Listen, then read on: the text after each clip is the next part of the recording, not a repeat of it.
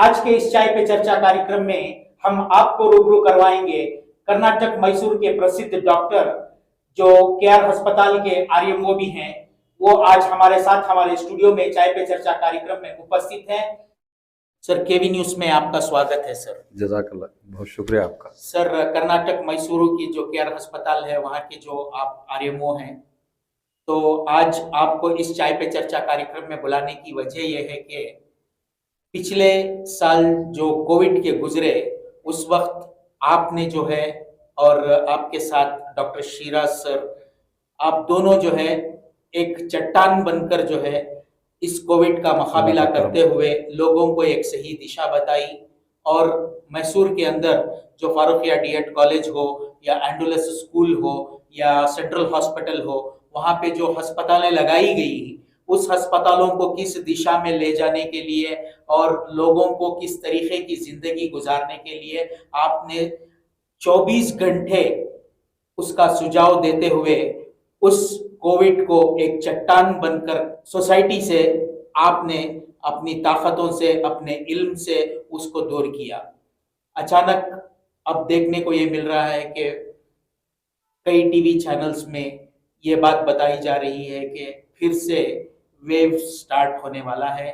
और ये भी सुनने में आया है कि मंडिया में ऐसा एक केस भी मिला है। तो यही वजह है कि आज हम आपको स्टूडियो में बुलाकर हमारे दर्शकों को कोविड अगर आने वाला है तो उसका मार्गदर्शन क्या होना चाहिए, इसके बारे में हम आपसे चर्चा करना चाहते हैं सर। और सर, आप एक आरएमओ होने के नाते इतनी बड़ी अस्पताल की जिम्मेदारी आपके कंधों पर है। सबसे पहले मैं ये जानना चाहता हूँ कि क्या ये वेव शुरू होने वाला है या नहीं सर? बिस्मिल्लाहिर्रहमानिर्रहीम।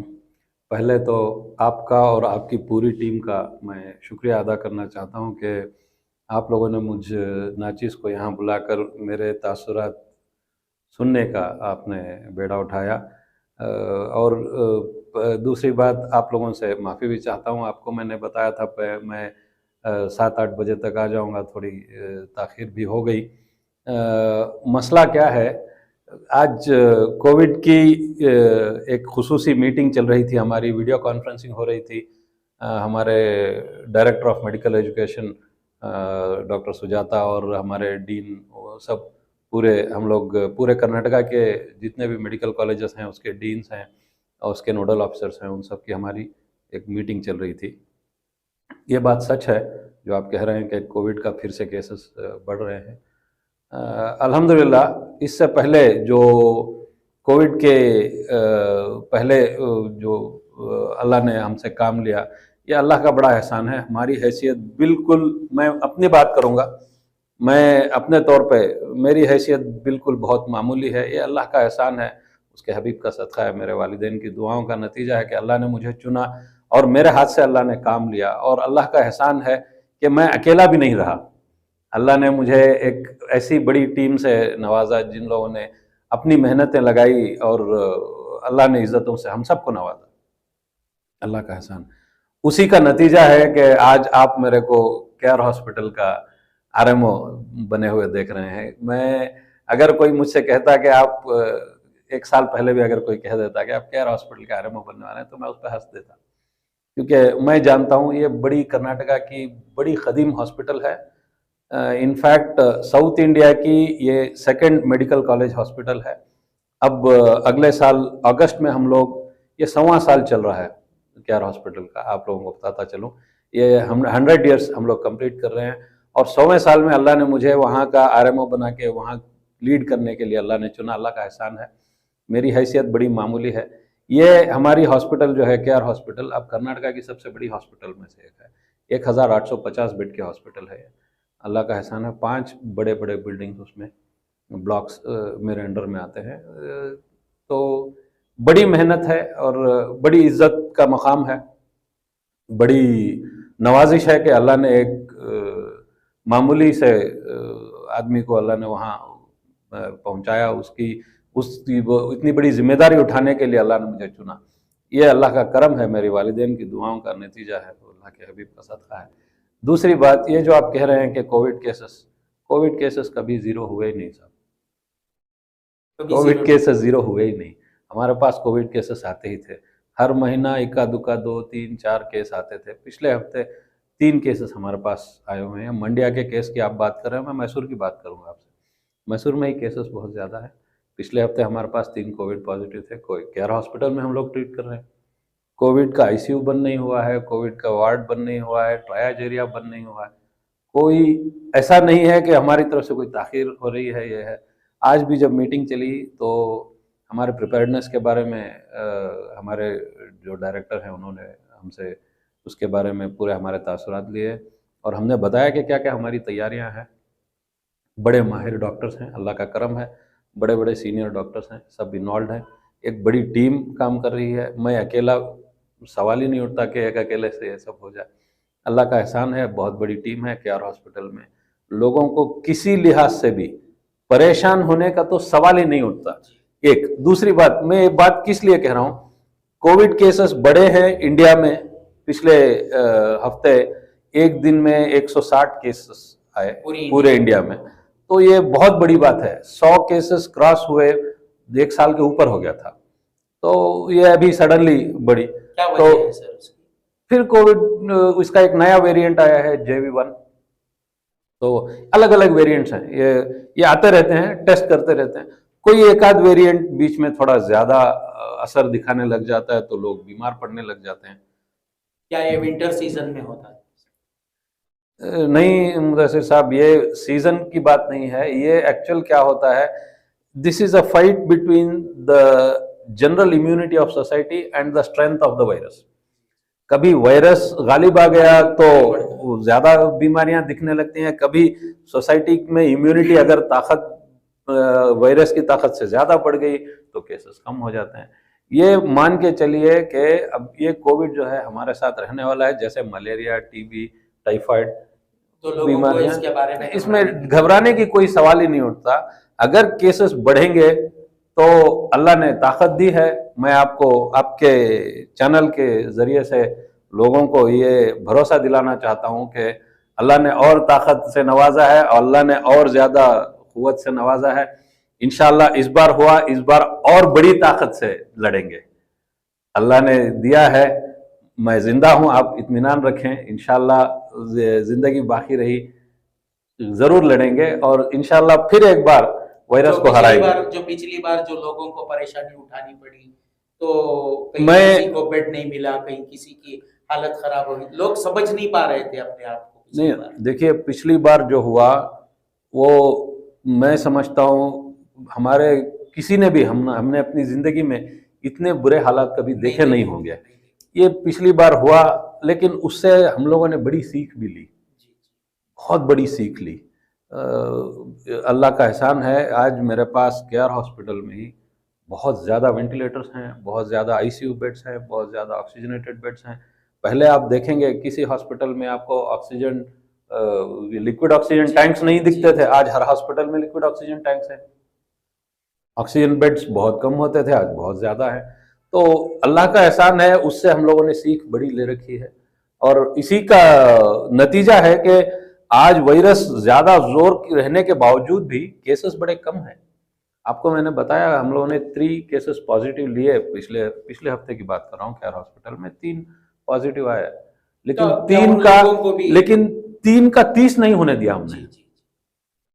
ये जब पिछली बार आया था, आपको अगर याद हो, अगर आपको याद है तो 3 होते थे, 3 से 30 होते थे, 30 से 300 होते थे, 300 से 3000 होते थे। ये ऐसा यही सिलसिले में बढ़ते गया था।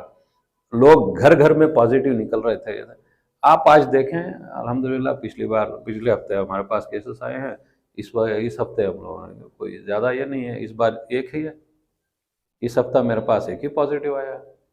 तो क्या उन लोगों को भी क्वारंटाइन वगैरह करने की? नहीं, क्वारंटाइन तो है ही, ट्रीटमेंट तो चल ही रहा है। किसी का ये नहीं है कि हम किसी को ये कर देंगे, बहुत लाइटली ले रहे हैं। एक भी पॉजिटिव आ रहा है, अगर एक केस पॉजिटिव आ रहा है तो पूरी टीम जाती है, देखती है उसके आसपास, घर के पास रिश्तेदार, घर वाले, खानदान वाले, उसके काम करने की जगह, उसके ऑफिस वाले, इन लोगों में से किसी को बुखार है, नहीं है, कुछ है, नहीं है, इनको कंटिन्यूअसली सर्वेलेंस में लिया जा रहा है। हर एक आदमी के पीछे एक स्टाफ को लगा रहे हैं हम लोग। सर मेरा एक सवाल है सर, जो पिछली बार जिन लोगों को भी जो पॉजिटिव थे, उनको जो भी सिम्टम्स नजर आ रहे थे पॉजिटिव होने के, तो क्या इस बार के इस वायरस में भी वही सिम्टम्स नजर आ रहे हैं लगभग वही या है, लगभग कुछ वही है, बदलाव है? लगभग वही सिम्टम्स आ रहे हैं। थोड़ी बहुत किसी को सर दर्द होता है, किसी को नाक बंद हो रही है, किसी को ये, बाकी कॉमन बुखार है। खांसी सर्दी यही कॉमन हो रहा है। अब ये हर बुखार खांसी सर्दी कोविड है, ये बोलने ये बेवकूफ़ी है। ये बिल्कुल गलत हो जाएगा कि हर बुखार खांसी को कोविड कहा जाएगा। अगर कोविड है तो आप इत्मीनान रखें। मैं आवाम को आपके ज़रिए इस बात की तसल्ली दिलाना चाहता हूँ, अगर कोविड कोई पॉजिटिव आता भी है, आप इत्मीनान रखिए, हम लोग हैं, उसकी भी देखभाल करेंगे और उसको नहीं फैलने देने की भी जिम्मेदारी हमारी है। हम लोग देखेंगे, हम लोग उसके पीछे मेहनत करेंगे, हम लोग कोशिश करेंगे कि उस पेशेंट से किसी और को फैलने की कोई वैसी हालत ना बने। जो उसके आजू बाजू के पेशेंट्स हैं, जो उनके कांटेक्ट में आए हुए हैं, अगर उनको थोड़ी बहुत भी प्रॉब्लम होती है तो उसको इमीडिएट ट्रीटमेंट करें। मैंने आपको बताया इस बार का ये क्या कर रहे हैं, कोई भी कॉन्टैक्ट्स हैं, प्राइमरी कॉन्टैक्ट्स हैं, हर एक एक आदमी के पीछे एक एक स्टाफ को लगा दे रहे हैं, उससे कंटिन्यूस फोन पे राब्ता रखते हैं। कोई बुखार है, ये है, उसको बुला के बाकायदा टेस्ट कराते हैं। वो पेशेंट के घर वालों को भी इस चीज़ की इतला कराते हैं और उन लोगों को भी किसी से नहीं मिलने की इसकी ये देते हैं। तो अल्हम्दुलिल्लाह कोई फैलने का सवाल ही नहीं उठता तो साहब। आम जनता कोविड वायरस का शिकार होने से बचने के लिए क्या सावधानी बरतनी पड़ेगी? देखिए, एक तो साफ सफाई का खास ख्याल रखिए। ये मैं आप लोगों से आजिज़ाना गुजारिश करता हूँ, मैं आवाम से बोलता हूँ, आप लोग घर के आसपास साफ सफाई का खास ख्याल रखिए। किसी को भी सर्दी बुखार खांसी कुछ है, आपके घर के आसपास अच्छे अच्छे डॉक्टर्स हैं मैसूर में। मैं समझता हूँ मैसूर में मेरे से बेहतर 1000 डॉक्टर मिल जाएंगे आपको। तो मैसूर में अल्लाह ने बड़ी रहमत रखी है, अल्लाह का एहसान है कि मैसूर में बड़े बड़े अच्छे अच्छे हॉस्पिटल्स हैं, अच्छे डॉक्टर्स हैं। वक्त निकालिए, जाइए, किसी डॉक्टर को दिखाइए, माहिर डॉक्टर से रब्ता कीजिए, उनसे दवा लीजिए। थोड़ी भी अगर बुखार या कुछ भी आती है, आप एहतियात करें। अपने इससे अपने आसपास के लोगों की बेहतरी भी यही होगी, आपके घर वालों की भी बेहतरी यही होगी कि आप दवा करें। थोड़े बहुत प्रॉब्लम्स में ही, थोड़े बहुत अगर सिम्टम्स में ही अगर आप दवा ले लेते हैं तो अल्हम्दुलिल्लाह कोविड पॉजिटिव भी नहीं आएगा आपका। तो पॉजिटिव आ रहा है, यहाँ तक कैसे पहचानना चाहिए सर? मैं आपको बताया मुदस्सिर साहब, मैं लोगों से फिर यही बात कहूँगा, अगर थोड़ी बहुत बुखार सर्दी भी है तो मेहरबानी होगी, आप अपनी कौम पर मेहरबानी कीजिए, माहिर डॉक्टर से जाके रब्ता कीजिए, अपनी दवा कराइए। आप जब थोड़े थोड़े प्रॉब्लम्स में ही दवा करा लेंगे तो और ज़्यादा लोगों को फैलने नहीं दें। एक बात याद रखिए, कोई भी बीमारी, न सिर्फ कोविड, कोई भी बीमारी हो, चाहे वो मलेरिया हो, इन्फ्लुएंजा हो, कुछ भी हो, डेंगू हो, अपने से लोगों को नहीं फैलने देना, ये भी बहुत बड़ी खिदमत होगी आवाम के लिए, अपनी कौम के लिए। ये हुजूर की सुन्नत में भी है कि आपको, ये हदीस शरीफ में भी आता है, आपको बीमारी नहीं फैलने देने की जिम्मेदारी आपकी है। आपको खुद को इस चीज़ का एहतियात बरतना पड़ेगा। आप करें बस, बाकी अल्हम्दुलिल्लाह मैंने आपको कहा, आपसे दुआओं की दरकार है। आप दुआ करें, अल्लाह हमें और ज़्यादा ताकत से नवाजे, अल्लाह हमारी कोशिशों में और कामयाबी दे कि इस बीमारी को यहीं पर इसी हालत में रोक दें ताकि लोगों की ज़िंदगियां मुतासिर नहीं हों। सर, क्या जो बुजुर्ग लोग हैं वो लोग क्या अगर मास्क का ये हमारे गवर्नमेंट की गाइडलाइंस में आया है अभी कि जो वल्नरेबल पॉपुलेशन है, जिसको हम कहते हैं कि जिनको कि बीमारी बहुत आसानी से फैलने के इम्कानात हैं, उन जिनका लोगों को पहले, स्टैमिना हाँ, उनको पहले प्रोटेक्ट किया जाए। जिनकी तबीयत पहले ही से नासाज हो, जो लोग सेहतमंद हों लेकिन तंदुरुस्त नहीं हों, ऐसे लोगों को बीमारी पहले आने के इम्कानात ज़्यादा रहेंगे। तो इन लोगों को हम लोगों ने क्या किया है कि we will target the vulnerable population first. तो जो सीनियर लोग हैं, 50-60 साल 70 साल की उम्र के हैं, जिनके अंदर उतनी तंदुरुस्ती नहीं होती है, उतनी तवानाई नहीं होती है, स्टैमिना नहीं होता है, और जिनको के शुगर बीपी वगैरह दूसरी बीमारियां हैं, इन लोगों को चाहिए कि वो एहतियात करें, वो ऐसे जगहों पर इसमें सब ना जाएं जहां कहीं गंदगी हो या बीमार लोग हों, ये हों, वो चीज़ों का ख्याल रखें, वो अपनी सेहत का ख्याल रखें। अगर उसके बावजूद अगर आपको उन लोगों को भी कोई प्रॉब्लम होती है, बुखार है, खांसी है, मास्क का इस्तेमाल ज़्यादा करें और इमीडिएट डॉक्टर से रुजू करें। हमारे केयर हॉस्पिटल में भी इसका एक्सक्लूसिव अलग से हमारा एक विंग है जो पहले से चल रहा है, अभी और हम लोगों ने उसे फिर मजबूत कर दिया। आएँ, टेस्ट कराएं, फ्री में टेस्ट करेंगे, फ्री में ट्रीटमेंट भी करेंगे अल्हम्दुलिल्लाह। सर, अक्सर देखा गया है कि ऐसे भी पेशेंट्स होते हैं जो अल्टरनेट डेज हॉस्पिटल जाना पड़ता है, जैसे कि मैं कह रहा हूँ कि डायलिसिस पेशेंट्स जो हर अल्टरनेट जाने वाले भी पेशेंट्स हैं, उनके साथ अटेंडर्स भी जाना पड़ता है। क्या इन लोगों को भी सावधानी बरतनी पड़ेगी सर? मुदस्सिर साहब, एक चीज़ का आपने बड़ा अच्छा सवाल किया कि वो उन लोगों का क्या जो बार बार हॉस्पिटल जाते रहते हैं और जिनके ये हैं। देखिए ऐसा है, ये बीमारी की हालत ऐसी है कि आप जहाँ भी जाएं आपको होने के इम्कानात तो रहते हैं। अस्पताल जिनको जाना है, जिनकी तबीयत पहले ही से अलील है, ये है, इनको बीमारी होने के चांसेस ज़्यादा है। ज़्यादा है। लेकिन अल्लाह का एक बड़ा करम क्या है, चूँकि वो हॉस्पिटल में रेगुलरली जाते हैं, डायलिसिस आपने बताया डायलिसिस पेशेंट्स हैं। अगर कोई डायलिसिस पेशेंट थोड़ी बहुत खांसी बुखार अगर होती है तो हम उसको डायलिसिस करने से पहले उसका स्वैब टेस्ट निकालते हैं, जी। उसके बाद उसको डायलिसिस करते हैं। लेकिन अगर इन अटेंडरों का क्या जो नहीं, डायलिसिस अटेंडर्स का भी वही हाल है। अगर साथ में कोई आ रहा है, उसको खांसी बुखार या ऐसा कुछ लग रहा है, हमें अगर अंदेशा हो रहा है कि कुछ प्रॉब्लम है, इमीडिएट उसका स्वैब टेस्ट कराते हैं, फिर उसके बाद उसकी तीमारदारी होती है। तो इसमें क्या होता है, they become the first line of attack virus के लिए। तो हम लोगों का भी उनको लेके फर्स्ट लाइन ऑफ डिफेंस है, हम लोग भी छोड़ते नहीं हैं। जो आते हैं उनको छोड़ेंगे नहीं। थोड़ा सा भी अगर दिखता है, कोई भी अगर डाउट सस्पिशन निकलता है, इमीडिएट टेस्ट कराएंगे, उनका ब्लड टेस्ट भी करेंगे, सब करेंगे, देखेंगे अगर उनसे फैलने के कोई अंदेशे हैं, कोई पॉजिटिव है, चूंकि वो हॉस्पिटल में ही है, उनको एडमिट करके ट्रीटमेंट करेंगे। सर, मेरा आखिरी सवाल, जो सरकार की तरफ से कुछ ऐसा नंबर जो आपसे लोग संपर्क कर सकते हैं, क्या कुछ ऐसी फैसिलिटी है? देखिए, पहले ही से हमारे गवर्नमेंट की ऑलरेडी हेल्पलाइन चल रही है। हमारे 102 है, 112 है, 100 है, हमारा 108 है। आप इसमें भी बात कर सकते हैं, लोगों किसी से भी मदद ले सकते हैं। हेल्पलाइंस का कोई मसला नहीं है, आपके पास घर बैठे एम्बुलेंस आएगी। अल्लाह का करम है, 108 डायल करेंगे, आपको तकलीफ है, आपको घर बैठे एम्बुलेंस आएगी, आपको लेके जाएगी। हेल्पलाइन की बात है, कोई ये है, लोग मेरे से अगर राब्ता करना चाहते हैं उससे भी आके मिल सकते हैं, कोई मसला नहीं है। हम लोग तो हैं, वी विल टेक केयर। हम लोग, मैं आपको बता रहा हूँ, बस आप लोगों से दुआओं की दरकार है। आप दुआ करें, जो कोशिश हम लोग कर रहे हैं अल्लाह उसमें ताकत दे और हमें उसमें कामयाबी अता फरमाए। अल्हम्दुलिल्लाह, मैं आपको फिर कह रहा हूं, किसी लिहाज से कोई डरने की, कोई परेशानी उठाने की, कोई जहमत करने की कुछ भी जरूरत नहीं है।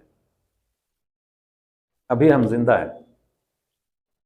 आज आप हमारे स्टूडियो में आए, हमारे दर्शकों को एक गाइडलाइंस जो बताए, जिसके लिए हम आपके आभारी हैं। और ऊपर वाले ने आपको नवाजा है, आपको जो है एक इतनी बड़ी अस्पताल का आर्यम वो बनाया, और सरकार की तरफ से आप जो है सऊदी अरेबिया गए, वहाँ के हाजियों की खिदमत की और कोविड के मौके पर यहाँ की खिदमत की। मैं समझता हूँ ये आपकी मेहनत और आपके जो पिता जो हैं वो मेरे भी पहचान के हैं, जी जी, तो इनकी दुआओं का असर जो है आपकी जिंदगी पर पड़ा है। बिल्कुल, ये मैं आपको मैं तो पहले भी बोला हूँ। मैं आपसे एक बात कहना चाहता हूँ, जो हमारा जो जनरेशन है आज का, उन लोगों को आप दो अल्फाजों में बताएं कि माँ और बाप का क्या स्थान होता है और उनकी दुआ कितनी असर होती है, और उनके साथ हम लोग कैसा बर्ताव करना चाहिए। मैं लोगों को सिर्फ मेरी अपनी ज़िंदगी के बारे में बोलता हूँ। मैं जो हमारे आने वाले बच्चे जो अभी पढ़ने वाले हैं, छोटे छोटे बच्चे हैं, मेरी खुद की एक 13 साल की बेटी है, मेरा एक 8 साल का बच्चा है। मैं उनको भी यही बात बोलता हूँ, मैं अभी दूसरे बच्चों को भी यही बात बताऊँगा। मैं वो शख्स था जो स्कूल में कभी पढ़ना नहीं चाहता था, मैं स्कूल से भाग के आ जाता था। तीसरी क्लास तक मेरा ये सिलसिला जारी रहा कि मुझे अगर थोड़ा भी इंटरेस्ट नहीं आया, सीधा क्लास से भाग के निकल के आ जाता था। वो ये हो जाता था। मेरे वालिदैन इस बात को लेके बड़े परेशान रहते थे कि हमारा एक ही बच्चा है और ये पढ़ने का इंटरेस्ट नहीं दिखा रहा है, इसकी हालत ऐसे कैसे। मैं आज मेरे वालिदैन बाहयात तो है नहीं, अल्लाह उनकी दर्जात को बुलंद करे। ये उनकी दुआओं, उनकी मेहनतों, उनकी काविशों का नतीजा है कि आज आपने मुझे यहाँ पे बुलाया है। मेरी हैसियत बिल्कुल मामूली है, मेरी कोई हैसियत नहीं। अगर मेरे वालिदैन की मेहनत और उनकी दुआओं का अगर मेरी ज़िंदगी से वो हिस्सा अगर निकाल दें, तो आप मेरे को देखेंगे कि मेरी कोई हैसियत ही नहीं। ये मैं अगर यहाँ आपके सामने बैठा हूँ, तो ये उनकी मेहनतों, उनकी दुआओं, उनकी काविशों का नतीजा है कि उन्होंने मुझे इस लायक बनाया कि मैं किसी के काम आ सका। माँ बाप जो हैं हमारी ज़िंदगी में अल्लाह की सबसे बड़ी रहमत है। दोनों बड़े अल्लाह के मैं अब क्या बोलूँ, अल्लाह के दरबार में मेरे लिए बड़े दुआएं करते थे, मेरे लिए बड़ी ये करते थे। और बचपन से उनकी ये थी, ख्वाहिश थी। मैं जब बच्चा था तब भी मुझे कहते थे कि मेरा बच्चा बड़ा होगा तो उसको डॉक्टर बनाऊंगा, मैं मेरे बच्चे को डॉक्टर बनाऊंगा। मेरी मेहनत को तो नहीं, अल्लाह ने उनकी दुआओं को अलबत्ता कबूल कर लिया और मुझे डॉक्टर बनाया। और वो भी ऐसा डॉक्टर बनाया कि आज कर्नाटका की सबसे बड़ी हॉस्पिटल का अल्लाह ने मुझे आरएमओ बनाया। ये मैं जब मैं चार्ज लिया था तब भी मैं मेरा इंटरव्यू लिया था, तो जो जो लोग मेरे से इंटरव्यू लिए मैंने उनको सबको बताया मेरी हैसियत बिल्कुल मामूली है, ये अल्लाह का एहसान है, उसके हबीब का सदका है, मेरी माँ बाप की दुआओं का नतीजा है कि मैं सरापा यहाँ पे बैठा हूँ। मैं आज भी वही बात कह रहा हूँ। जो भी बच्चे हैं मुझे सुन रहे हैं, मुझे देख रहे हैं, उनसे मैं यही गुजारिश करूँगा कि अपने माँ बाप की फर्माबरदारी करो, उनकी इज्जत करो, उनकी ताज़ीम करो। आपको जितनी बार लगे कि वो गलत हैं, उतनी बार आप उनकी ताज़ीम करो। क्योंकि मैं खुद कभी डॉक्टर बनने का ख्याल नहीं रखा था, मेरे वालिदैन की दुआओं का नतीजा अल्लाह ने बनाया, मैं यहाँ पे आया। ये एक चीज़ क्या है, जो हमारे माँ बाप हमारे लिए जो चुनते हैं, हमारे लिए जो ख्याल रखते हैं, हमारे लिए जो सोच फिक्र रखते हैं, वो हमारे ख्वाहिश से, हमारे ख्यालात से बहुत बेहतर रहती है। कोई माँ बाप अपने औलाद का बुरा नहीं, कोई नहीं। और उनकी मेहनतें, उनकी काविशें जो रहती हैं, हमें उस वक्त पे ख्याल नहीं आता, उसका एहसास भी नहीं होता और शऊर भी नहीं होता कि ये कहाँ तक लेके जाएंगे हमें। मैं आपको बता रहा हूँ, मैं आज यहाँ पे आरएमओ हूँ अल्हम्दुलिल्लाह। मैं जानता हूँ, मैं अगर और ये गवर्नमेंट सर्विस कंटिन्यू किया तो एक दिन मैं कर्नाटका स्टेट का डायरेक्टर बनूंगा।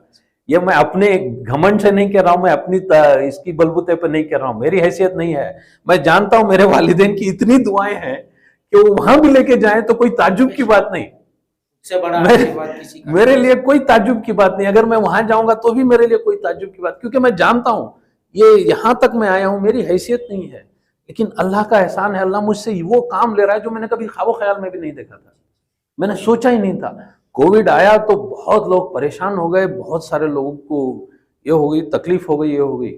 अल्लाह ने मुझे इज्जत से नवाजा। आप खुद भी कोविड का शिकार हो? 2 बार। एक बार तो बड़ी ज़्यादा तबीयत अलील हो गई थी, मैं आईसीयू में 10 दिन था, मुझे पता ही नहीं था। यहाँ पे हर मस्जिद में इसमें सब दुआएं मेरे लिए, दुआओं की दरख्वास्त हुई। बहुत सारे मेरे रिश्तेदारों को तब पता चला जब मस्जिद में जुमे की नमाज में दुआएं हो रही थी, मेरा नाम लेके दुआ लिया जा रहा था, तो मेरे भाई, मेरे कजिन सब थे, उनको तब पता चला कि मैं बहुत अलील हूँ, मैं हॉस्पिटल में हूँ। सब मेरे घर पे आए, बाद में मेरे हॉस्पिटल में आए। ये वही लोगों की दुआओं का नतीजा, अल्लाह ने मुझे फिर सेहतयाब बनाया, फिर यहाँ पे आया। ये वो लोग हैं जो सरापा अल्लाह की रहमत है हमारी ज़िंदगी में। उनका फर्माबरदारी करें, उनका ख्याल रखें। माँ बाप जिस हाल में भी मिलें, अल्लाह की रहमत है, उनकी ताज़ीम करें, बाकी उनकी दुआओं का असर देखिए, मैं आपके सामने जीता जागता मिसाल हूँ। बस लोगों से मेरा निवेदन है कि डॉक्टर के दिए हुए प्रिस्क्रिप्शन को जैसे बखूबी आप निभाते हैं, उसी तरह ये भी आपके लिए एक प्रिस्क्रिप्शन होगा जो डॉक्टर साहब जो कह रहे हैं कि अपने माता पिता की जो है सेवा करें, वो उनका विश्वास जीते, उनकी खिदमत करें, और आने वाले दिनों में हमारी शुभकामनाएं भी आपके साथ में है। आज आपने जो है केवी न्यूज के स्टूडियो में अपना कीमती वक्त निकाल कर आया, जो हम इसके लिए हम आपके आभारी बहुत हैं शुक्रिया। और आपका धन्यवाद करते हैं। बहुत शुक्रिया आप लोगों Thank का। you, sir. अल्लाह आप लोगों को सेहतयाब रखे, आप लोगों को कामयाब करे, आपकी काविशों में